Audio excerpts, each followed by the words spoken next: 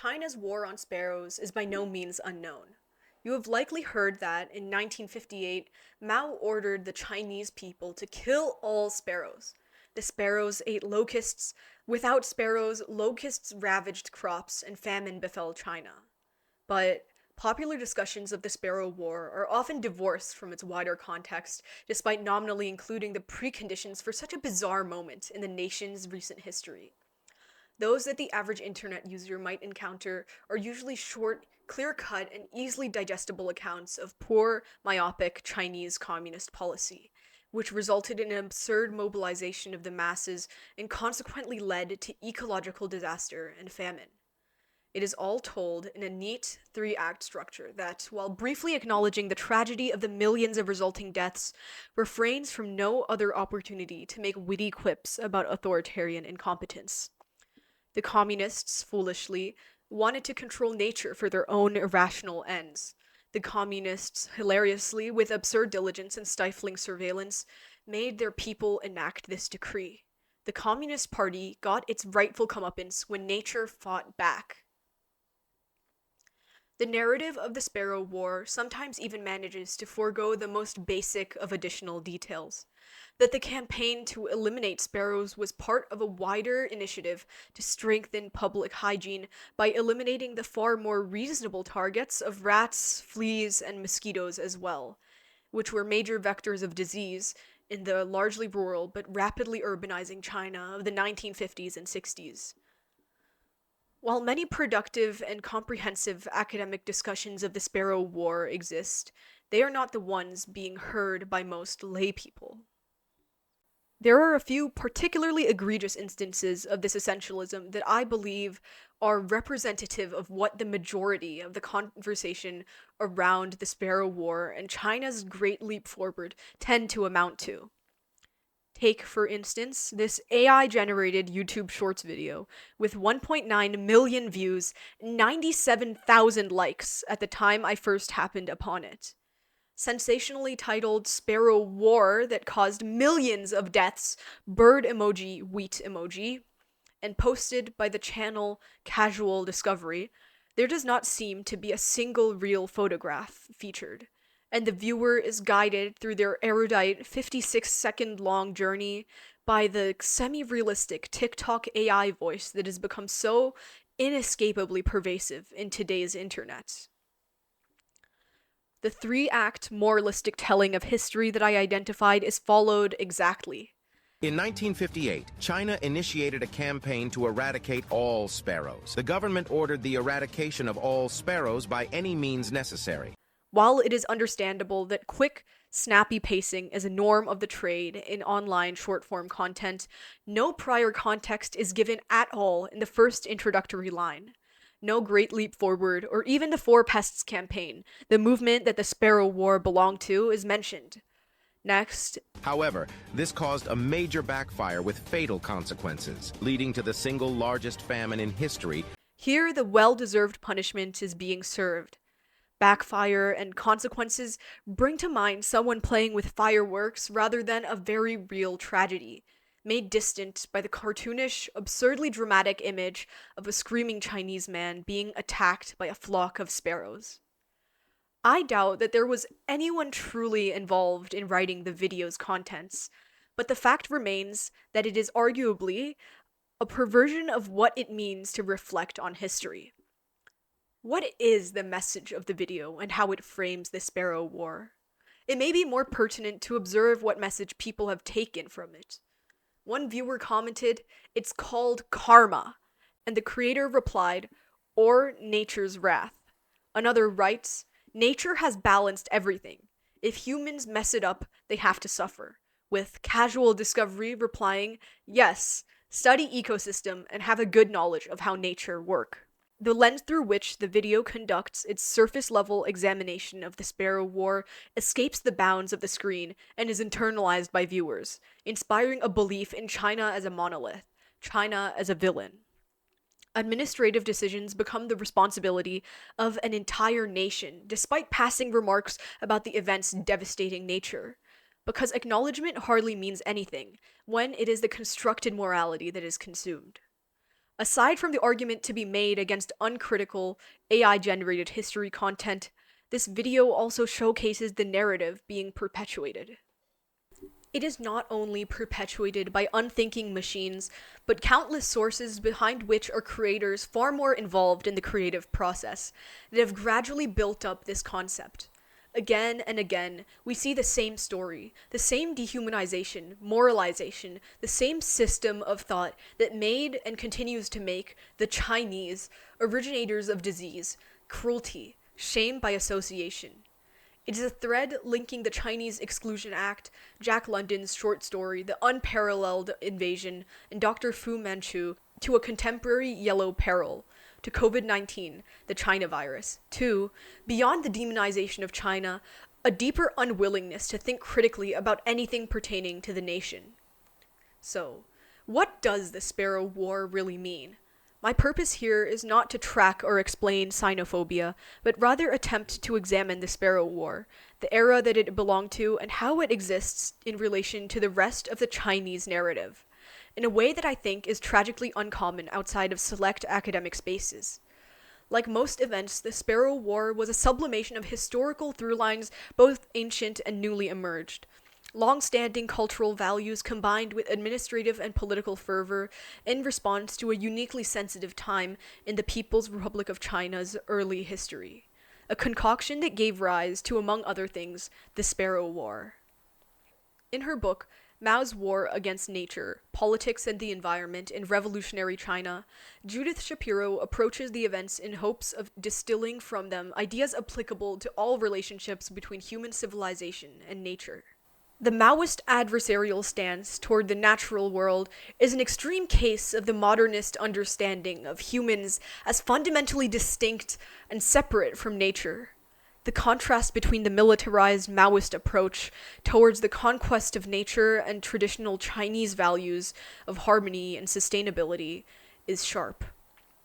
Implied is that before the advent of communist authoritarianism, the Chinese lived in peace with the natural world.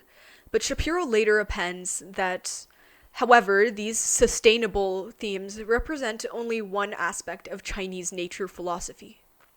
There is, in truth, a long history of the conquest of nature in China, both in folklore, mythology, and the historical record, reflecting another facet of the Chinese philosophy concerning nature, which is, in some ways, maintained well into the modern day.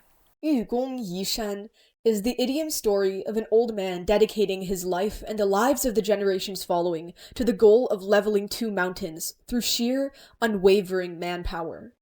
My offspring will grow, Yu Gong says, but the mountains will not. Usually, the story teaches a moral lesson about the importance of hard work and perseverance in overcoming seemingly insurmountable tasks. But its literal meaning also conveys a pragmatic lesson on human triumph over an inanimate natural world. Following the Confucian notion of social hierarchy, especially potent in the realm of the family via filial piety, Yu Gong's descendants honor their patriarch's wish to move the mountains. Despite the Cultural Revolution's denunciation of most Confucian ideology, the mass mobilizations of the adjacent decades can be seen as a ruler, Mao Zedong in this case, ordering the bending of nature to humanity's benefit, which I would argue is essentially Confucian. As Zhao Qiguang writes in Mythology in the Context of Hydraulic Society, Confucianism was concerned mainly with social stability, and it taught an order which enabled people to live in harmony with each other under a sagacious ruler.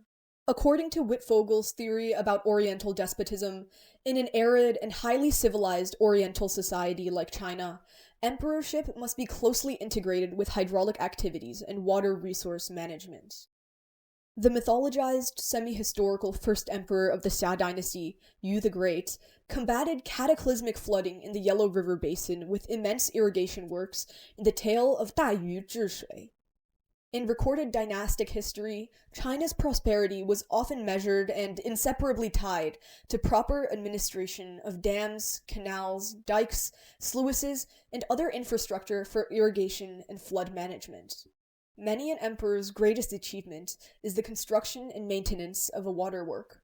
preserved in its most impressive form by the Grand Canal, an amalgamation of construction projects spanning millennia, which acts as an artificial river connecting the north to the south. The construction of the Three Gorges Dam is, in some sense, a vivid continuation of hydraulic despotism, as Wittfogel names it. Firm control over the environment remains a key facet of the forever shifting but strongly continuous identity of Chinese states. Through such a context, the myriad environmental engineering projects enacted during the Great Leap Forward are not incongruities, but rather extensions of a recurrent theme, if perhaps taken to an extreme facilitated by modernity. Nonetheless, it would also be terribly reductive to view such a chain of events and choices as simply innate to the nebulous concept of China. Numerous more specific, pragmatic factors come into consideration when reflecting on the Great Leap Forward. Judith Shapiro identifies four components comprising Mao's militarization of society during the Great Leap Forward: political repression, utopian urgency, dogmatic uniformity, and state-ordered reconfiguration of society by administrative fiat. Adopting military structures in all areas of public life was expressed as communalizing, into farming and work communes, communal kitchens, consolidation of medicine into commune clinics. A unique attribute of the consolidation was the administrative level at which it stopped. In his examination of health policy during the Great Leap Forward, David M. Lampton notes the paradoxical decentralization of institutions, as responsibilities were increasingly divided to local personnel, and the running of institutional functions was supported by their immediate communities. Lack of resources led to the breakdown of these precariously maintained local bureaucratic components. In addition, there was the utilization of mass campaigns to solve public health issues, a choice reflecting Mao's voluntarist attitude, as well as indicating the necessity of civilian action in implementing policy, creating much of the intended forward progress planned for in the Great Leap Forward. New organizations separate from existing medical institutions were established, such as the 9-man subcommittee on schistosomiasis, aiming to eliminate the parasitic disease. While experts were initially consulted, the campaign's goals rapidly spiraled out of control and the realm of reason. By May of 1958, members of the committee called for the basic elimination of schistosomiasis and denounced those who were shackled to the conventional wisdom. By November of the same year, the committee's goals had ballooned to completely eradicating malaria, filariasis, ancyllostomiasis, Kala-Azar, and schistosomiasis, all to be achieved by the next year. Lampton writes, "The important consequence of this dispersion of policy-making authority is that in order to understand the shape of any given facet of policy, we must understand the arena from which it emerged. Each arena affords different degrees of access to different interests, reflects different political constraints, makes particular political and social resources available, and generates policy with particular attributes." I believe that his model can be applied to the analysis of more than strictly health policy. The three arenas of health policy were the Ministry of Public Health, the 9-man subcommittee, and commune health centers, a system that contributed to the disregard of expert opinions and contradictory or inefficient policy. Here one may recall the political repression and dogmatic uniformity pointed out by Shapiro. Chairman Mao's concept of perpetual revolution, embodying another factor noted by Shapiro, that of utopian urgency, comes into play too, as practical issues of policy were steeped in ideological jargon. This phenomenon is encapsulated in statements made in defense of campaign actions. Certain bourgeoisie experts were skeptic about the plan of setting a time limit for eradicating parasitic diseases. They would further cite the fact that the Japanese had made a study of schistosomiasis for some 20 years, and all their irrigation canals were built with cement, but even they, with their few endemic areas, had not succeeded in eradicating the disease. They did not believe in party leadership. They considered the party unskilled and not able to lead the skilled. Often quoted in precariously credible articles and videos on the Sparrow War is the similar factoid that sparrows were declared public animals of capitalism. While this specific phrase finds itself used merely to be gawked at, It reflects an actual form taken by bureaucratic conflict and political dogma. Rather than outlandish, the quote and reasoning behind it slot into the big picture. Such extreme galvanization can be attributed to China's disadvantaged position in a world polarized between ideological extremes, with the new nation viewing itself as antagonized by capitalist hegemons, mainly the United States of America. At times, this view was justified. At times, it morphed into paranoia.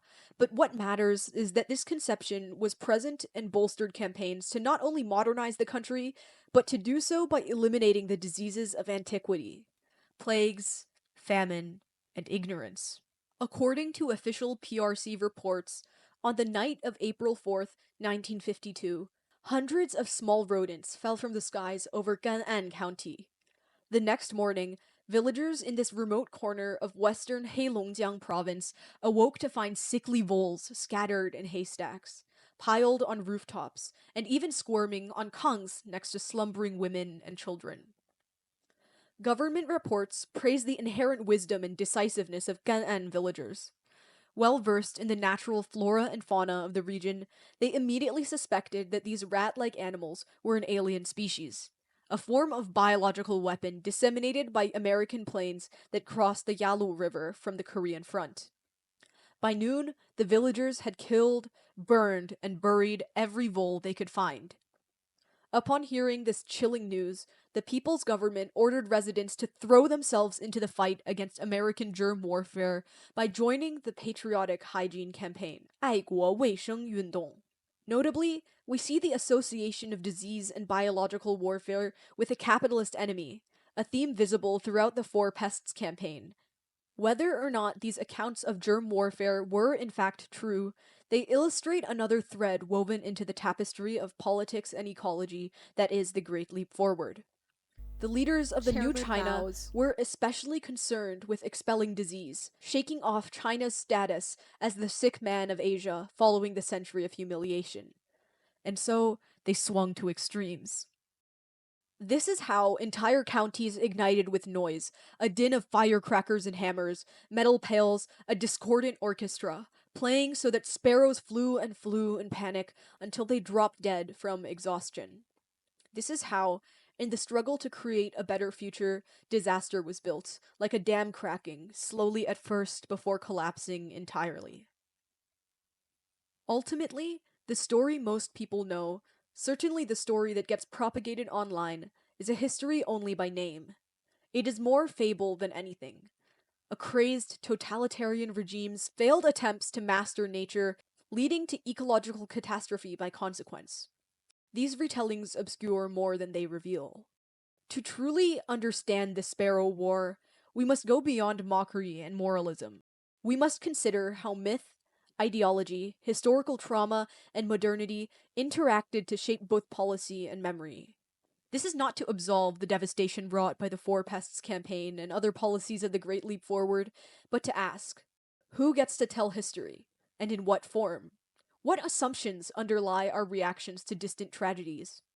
Sally Wenmao writes in her reflections on the Sparrow War and the generational trauma accompanying it. Famine is inherited, passed on in the DNA. You must understand that this is where my hunger comes from. Hunger, the gap and gape of it, which never withers. As long as I'm alive, it never leaves me, though I'm willing to bet it persists after death. Within the essay, she quotes Jane Wang. China itself is a kind of ghost, adding, to go toward the ghost means to reveal something heartbreaking, and yet it is this breaking that opens us to our history. China's national tree is the ginkgo, the last surviving member of the division Ginkgo phyta. In a way, the struggles and losses entwined with the Chinese narrative are visible even in the country's ecological history.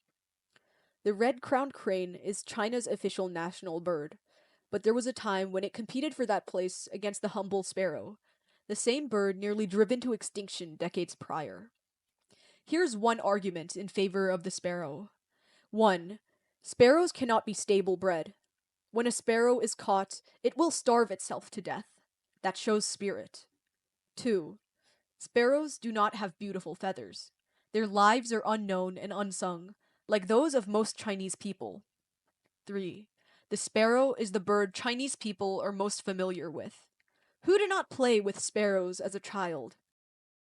Famine and power and ideology, a rich ecology of billions of years, and a civilization spanning millennia, and the children who, after school, joined their communities in the campaign to exterminate sparrows, and the sparrows themselves that hop skittishly in the shade of trees on sunny days, all come together in this event, and they can no longer be truly separated.